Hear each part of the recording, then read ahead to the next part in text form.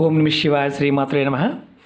మిత్రులకి శ్రీభిలాషులకి అలాగే నన్ను ఇంతగా ఆదరిస్తున్న యూట్యూబ్ ప్రేక్షకులందరికీ కూడా పేరు పేరు ధన్యవాదాలు. మిత్రులరా, మీ అందరికీ పరాదేవత ఎల్లవెల్లలా మీతో ఉండి మీ మనోవాంఛ నెరవేర్చాలని మనస్ఫూర్తిగా కోరుకుంటున్నాను. ఈరోజు మనం సాయంత్రం అంటే ఆదివారం సాయంత్రం కార్తీక మాసం 6 నుండి 9 గంటల మధ్యలో ఈ నీటిని మీ ఇంట్లో చల్లండి. అద్భుతం చూస్తారు. ఈ ఉపాయం చేయడం వల్ల మీ ఇంటి నుండి దరిద్ర దేవత బయటికి వెళ్ళిపోతుంది. అదృష్ట ద్వారాలు తెరుచుకుంటాయి. లక్ష్మీ అమ్మవారు మీ ఇంట్లోకి ప్రవేశిస్తుంది. లక్ష్మీదేవి ఆకర్షింపబడుతుంది. ఇంటి లోపల ఏదైనా చెడు శక్తులు కానీ దుష్ట శక్తులు కానీ ఇలాంటివి ఉండి ఇబ్బంది పడుతూ ఉంటే బయటికి వెళ్ళిపోతాయి. ముఖ్యంగా ప్రయోగ బాధలు ఇలాంటివి అంటే చాలామంది తెలియదు ఏంటంటే, దారిని వెళ్తూ ఉంటారు, ఎవరో ఏదో ప్రయోగం చేస్తారు, ఆ ప్రయోగం ఎక్కడో రోడ్డు మీద వదిలేస్తారు. మనం తెలియక వెళ్తూ దాన్ని దాటుతాం. దానివల్ల ఆ బాధ ఏదైతే ఆ ప్రయోగానికి సంబంధించిన బాధ ఉంటుందో అది మనం వెంటాడుతుంది. అదృష్టం ఉన్నప్పటికీ కూడా కొంత సమయం మనం ఇబ్బంది పడుతూ ఉంటాం. అలా ఇబ్బంది పడుతున్న సమయంలో మన దగ్గర డబ్బు నిలబడదు, అంటే లక్ష్మి స్థిరంగా ఉండదు. ఈ ఉపాయం చేయడం వల్ల అలాంటి బాధలు తొలగిపోతాయి. అలాగే లక్ష్మీ అమ్మవారు స్థిరంగా ఉంటుంది. మీరు కోరుకున్న ప్రతి కోరిక నెరవేరే మార్గాల్ని మీరు తెలుసుకోగలుగుతారు.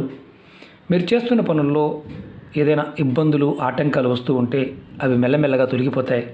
ముఖ్యంగా మీ ధన ద్వారాలు తెరుచుకుంటాయి. ఈ ఉపాయం చేయడం వల్ల మీ మీద కూడా అంటే మీ మనసుకు సంబంధించి నకారాత్మక శక్తి ఉన్న ఆ నకారాత్మక శక్తి కూడా తొలగిపోతుంది. ఇది మీ కుటుంబ సభ్యుల మీద ఉన్న తొలగిపోతుంది.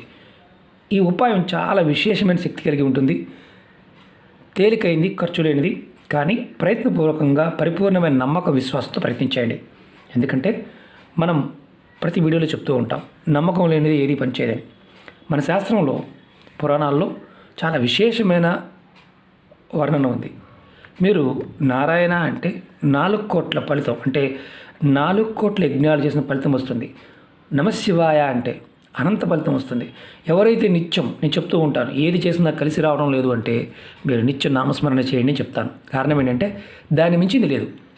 అల్టిమేట్ మీకు ఏది కావాలన్నా వచ్చి తీరుతుంది. కానీ ఇక్కడ మనలో ఉండే నకారాత్మక శక్తి ఒక 5 విషయాలని ప్రేరేపిస్తుంది. అందులో మొదటిది ద్వేషం, రెండవది అసూయ, మూడవది పగ, నాలుగవది ఇంకన్నిటికంటే భయంకరం అనమాట. అంటే ఇది తనా మనా చూసుకోదు, మన స్వార్థం మనం చూసుకోవడం, అంటే ఇక దేని గురించి మనం ఆలోచించాం. ఐదవది అంతా నాకే కావాలని కోరుకోవడం. ఇలాంటి 5 లక్షణాలు ఉన్నప్పుడు ఏమవుతుందంటే నకారాత్మక శక్తి మన వదిలి వెళ్ళదు.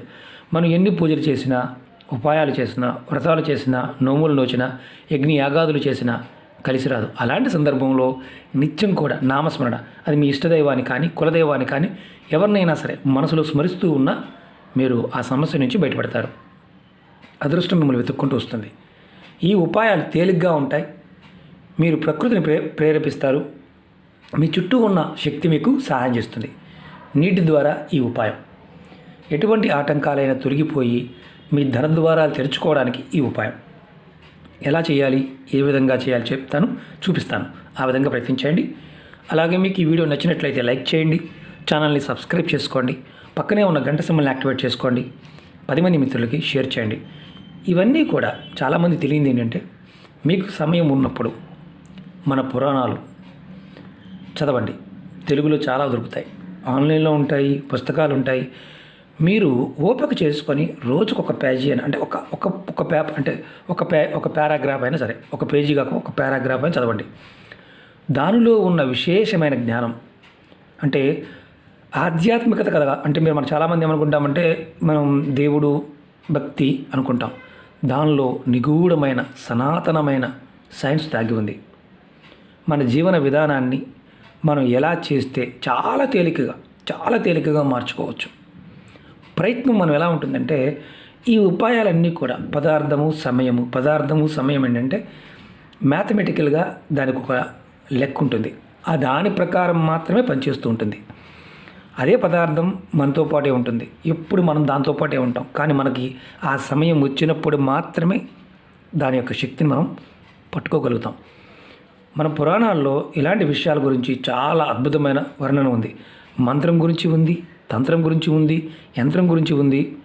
ఈ 3 మనకి చాలా చాలా గొప్ప మనకి అంటే ఎంత శక్తినిస్తాయంటే అది వర్ణించలేనంత అద్భుతమైన శక్తినిస్తాయి. నామమే అంత ఇస్తుంది. కరెక్ట్గా చేస్తే మనం ఇంకా ఎటువంటి లాభాన్ని పొందుతాం అది గుర్తుంచుకోండి. అందుకని మీ అందరికీ నేను రికమెండ్ చేసేది ఏంటంటే, మీరు ఎప్పుడైనా సరే మనకు ఉన్న పురాణాల్లో మీకు ఏదో ఒక పురాణాన్ని ఒక పేజీ అయినా ఒక పేరా అయినా సరే ప్రతిరోజు చదవండి. మీరు విశేషమైన జ్ఞానాన్ని పొందుతారు. ఆశ్చర్యంగా అనిపించవచ్చు. ఈ ఉపాయాలన్నీ కూడా దానిలో చాలా ఉంటాయి, కానీ మనం చదవం కాబట్టి తెలియదు. ఈ ఉపాయానికి చాలా శక్తి ఉంటుంది. ఈ ఉపాయాన్ని ఆడవారైనా మగవారైనా చేయవచ్చు. ఆడవారు నెలసరి సమయంలో మాత్రం చేయవద్దు. చాలామంది అంటుంటారు, గురువుగారు ఎందుకు చెప్తారు, తెలియదా చాలామంది. కానీ అందరూ తెలియగలవారు కాదు. అంటే కొంతమంది ఇలా చెప్పంగానే పట్టుకుంటారు, కొంతమంది ఎంత చెప్పినా మళ్ళీ అడుగుతూ ఉంటారు. అది వాళ్ళ తప్పు కాదు, భగవంతుడు వారికి ఇచ్చిన జ్ఞానం. రెండవది, అందరూ సమానంగానే ఆలోచిస్తారనుకోవడం పొరపాటు. కొంతమందికి త్వరగా తెలుస్తుంది, కొంతమందికి నిదానంగా అర్థమవుతుంది. మనం అది అర్థం చేసుకోవాలి. ఈ ఉపాయం కూడా మనం చేస్తున్నాము అంటే విశ్వాసంతో చేయాలి. విశ్వాసం లేకపోతే అసలు పొరపాటును కూడా ప్రయత్నం చేయమాకండి. ముందుగా మీరు ఏం చేస్తారంటే, ఇది ఆదివారం సాయంత్రం 6 గంటల నుండి 9 గంటల మధ్యలో ఈ ఉపాయం చేయండి. ఇది మళ్ళీ ఇంకొక అనుమానం ఉంటుంది, నెలసరి ఉన్నప్పుడు చేయొద్దన్నారు కరెక్టే. ఇంట్లో నెలసరి ఉంటే చేయవచ్చు, ఉన్నవారు మాత్రం చేయకూడదు. మైల నియమావళి ఏమైనా ఉందా? ఏమీ లేదు. ఆహార నియమావళి ఏమీ లేదు. ఇది గుర్తుంచుకోండి. ఈ ఉపాయం చేయడానికి మీకు కావాల్సింది ఒక గ్లాసు నీళ్ళు. అది కాపర్ గ్లాస్ కావచ్చు, వెండిది కావచ్చు, ఇత్తడిది కావచ్చు, స్టీల్ గ్లాస్ కావచ్చు. గాజు మాత్రం వాడవద్దు. గాజు గ్లాస్ వాడవద్దు. వీటిల్లో ఏదైనా వాడండి. ఆ తర్వాత ఇలాంటి గులాబీ సెంటు దొరుకుతుంది. గులాబీ సెంటు తెచ్చుకోండి. ఇందులో కలర్ ఎర్రగా ఉంది, తెల్లగా ఉంది, ఇలాంటి అనుమానాలు కూడా ఉంటాయి. ఏ కలర్ అయినా పర్వాలేదు, అది గులాబీ సెంటు అయి ఉండాలి. సాయంత్రం 6 నుండి 9 గంటల మధ్యలో ఈ ఉపాయం చేయండి. స్నానం చేసిన తర్వాత మళ్ళీ స్నానం కూడా తలస్నానం చేయాల్సిన అవసరం లేదు. మీ పూజా గదిలో ఈ ఉపాయం చేయండి. దేవుడి ముందు మీరు ఏం చేస్తారంటే, ఆవు నీటితో కానీ లేదా కొబ్బరి నూనెతో కానీ దీపాన్ని వెలిగించండి. 3 తెల్లటి ఒత్తులు, ఇలాంటి తెల్లటి ఒత్తులు 3 ఒత్తులు తీసుకోండి. మీరు దీపం కుందిలో అయినా వెలిగించవచ్చు, లేదా ప్రమిదల్లో అయినా వెలిగించవచ్చు. ఎగ్జాంపుల్ ఇదిగోండి, ప్రమిద అనుకోండి. ఇలా 3 ఒత్తులు తీసుకోండి, విడివిడిగా వేయండి. ప్రమిదలైనా వెలిగించవచ్చు. వెలిగించండి, ముందు వెలిగించండి. వెలిగించి తర్వాత ఈ గ్లాసు నిండా నీళ్ళు తీసుకోండి. గ్లాసు నిండా నీళ్ళు తీసుకొని దానిలో 2 చుక్కలు గులాబీ సెంటు వేయండి. నేను చూపిస్తాను. మీకు అందుబాటులో గంగాజలం ఉంటే దీనిలో ఆ నీటిలో కొద్దిగా గంగాజలం కలపండి. కొద్దిగా, ఎక్కువ కూడా అవసరం లేదు. తర్వాత 2 చుక్కలు, 2 చుక్కలు గులాబీ సెంటు వేయండి. నేను చూపిస్తాను.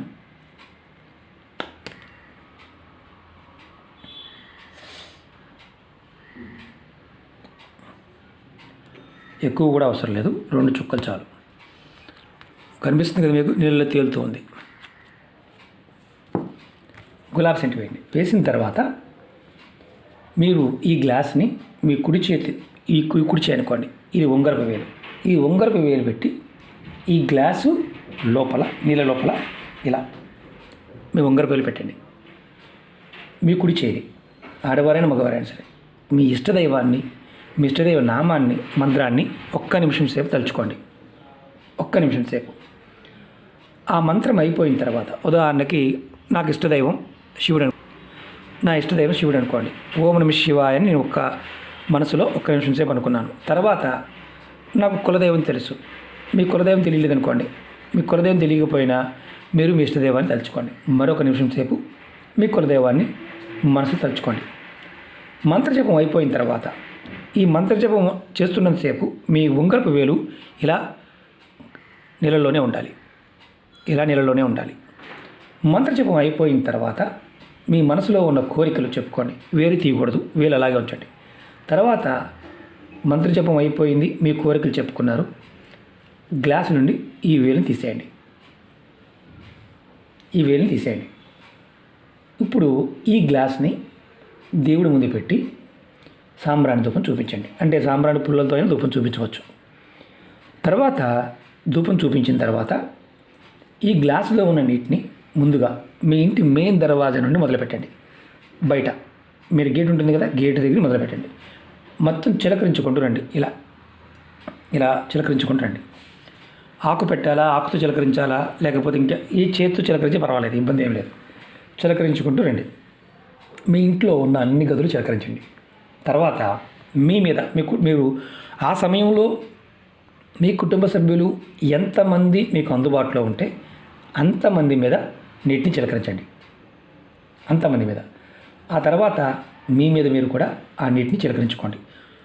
దీంట్లో కొన్ని నీళ్ళు మిగిలిపోతాయి. ఏదైతే గ్లాసులో నీళ్ళు మిగిలాయో వాటిని మీరు మళ్ళీ ఎక్కడైతే మీరు పూజ చేశారో అక్కడ పెట్టి ఉంచండి మిగతా నీటిని. రెండవ రోజు ఉదయం నిద్రలేచిన తర్వాత మీ స్నానాది కార్యక్రమాలని ముగించుకున్న తర్వాత ఏదైతే ఆ మిగిలిన నీటిని ఏదైనా మొక్క మొదల్లో పోసేయండి. గ్లాసుని శుభ్రంగా కడిగి పక్కన పెట్టుకోండి. ఆ గ్లాసుని మళ్ళీ వేరే వాటికి వాడుకోవచ్చు. మీరు గుర్తుంచుకోవాల్సింది ఏంటంటే ఈ ఉపాయాన్ని 3 ఆదివారాలు చేయండి. కార్తీక మాసం చాలా విశేషమైన శక్తి కలిగి ఉంటుంది. అంటే శ్రీమన్నారాయణుడు అలాగే శివభగవానుడి యొక్క శక్తి ఈ మాసంలో ప్రస్ఫుటంగా ఉంటుంది. ఎవరైతే ఈ ఉపాయం చేస్తారో వారికి వారి ఒంటిలో ఉన్న నకారాత్మక శక్తి, ఇంటిలో ఉన్న నకారాత్మక శక్తి తొలగిపోయి ధన ద్వారా తెరుచుకుంటాయి. ఆశ్చర్యంగా అనిపించవచ్చు. మేము అంతకుముందు వేరే ఉపాయాలు చేస్తున్నాం గురువుగారు, దాంతోపాటు చేయవచ్చా? మీరు ఎన్ని చేయగలిగితే అన్ని చేయవచ్చు. ముఖ్యంగా ప్రాకృతికమైన శక్తిని మనం ఆహ్వానిస్తున్నప్పుడు మన మనసులో ఎదుటివారి మీద ద్వేషం కానీ, అసూయ కానీ, పగ కానీ, కోపం కానీ ఉండకూడదు. మీరు ఇవి కలిగి ఉండి చేస్తే ఫలితాలు రావు.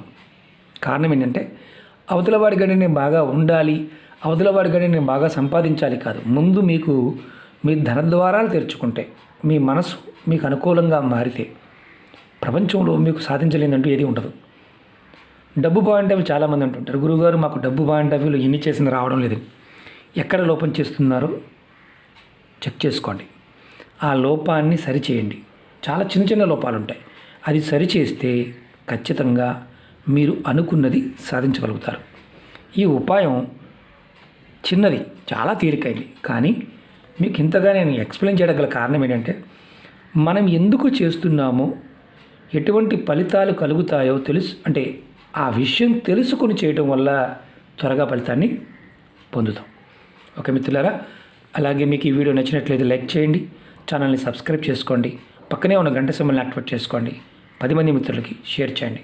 ఎవరికైనా సరే ఇబ్బందికరంగాను, బోరుగాను, సోదిగాను అనిపించింది అనుకోండి, పొరపాటును కూడా చూడమాకండి. కారణం ఏంటంటే మీ మానసిక స్థితి మారినంత వరకు నా ఉపాయాలు మీకు అంతగా ఫలితాన్ని ఇవ్వవు. అందుకే చెప్తూ ఉంటాను, నమ్మి చేయండి, నమ్మకం లేకపోతే పొరపాటును కూడా చూడవద్దు అని. ఓకే మిత్రులారా, ఓం నమః శివాయ, శ్రీమాత్రే నమః.